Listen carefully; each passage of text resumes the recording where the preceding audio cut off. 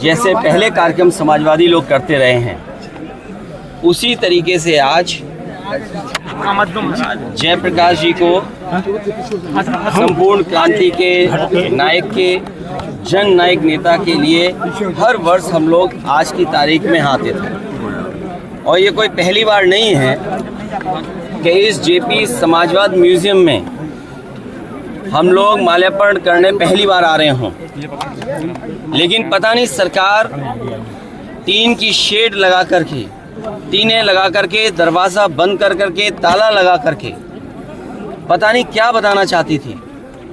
ये वही जेपी है जिन्होंने परिस्थितियों में उस समय पर चरम सीमा पर महंगाई थी, चरम सीमा पर बेरोजगारी थी, चरम सीमा पर भ्रष्टाचार था, और न जाने कितना उनके साथ देश के समाजवादी नेताओं को जेल जाना पड़ा, इमरजेंसी लगी। और जिस समय वो पीजीआई अस्पताल में थे, उस समय जो उन्होंने जेल डायरी लिखी, उसमें लिखा कि मैं कैसे सोच सकता हूँ एक लोकतांत्रिक देश में इमरजेंसी लग जाएगी। उसमें न जाने कितने लोगों को जेल भेजा गया, कई लोग कई वर्षों रहे और उस पीड़ा को, उस तकलीफ और परेशानी को जीवन भर नहीं भूल पाए। लेकिन जो नारा दिया था संपूर्ण क्रांति का, जो जगाने का काम किया था, उसने परिवर्तन लाने का काम हुआ और किया जनता ने। जनता की शक्ति के सामने सरकार की शक्ति का कुछ असर नहीं है। मुझे दुख इस बात का है कि पुलिस लगा करके यहाँ रोक रहे हैं, अधिकारी इस बात के लिए तैयार नहीं है कि किससे पूछें।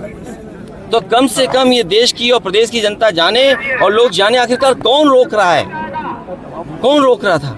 इसलिए मजबूरी में जिस तरीके से हर बार माल्यार्पण करने हम समाजवादी लोग आते थे, मुझे याद है जब उद्घाटन हुआ था, नेताजी यहाँ आए थे, नेताजी से मैंने उद्घाटन करवाया था।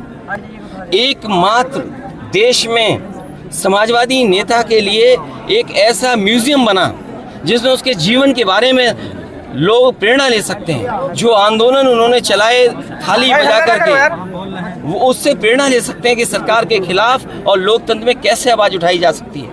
आप आवाज़ दबाने का काम कर रहे हैं उन समाजवादियों को, उन आने वाली पीढ़ी को जो देश के लिए कुछ करना चाहते हैं, सपना देखा है उन्होंने।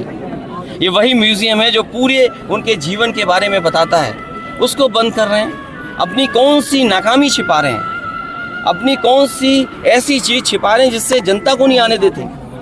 न केवल ये म्यूजियम, जो पीछे बड़ी इमारत है, बड़ी बिल्डिंग है, जो कभी नेताजी ने, जॉर्ज फर्नांडिस ने और उस समय के समाजवादी लोगों ने इसका शिलान्यास किया था।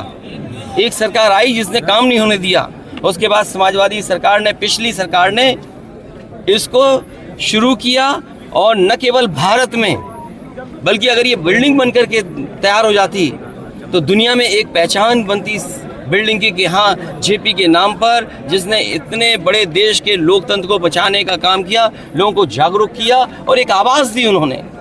और मुझे लगता है कि देश की जनता को एक बार फिर इस सरकार की ताकत के खिलाफ लड़ना होगा।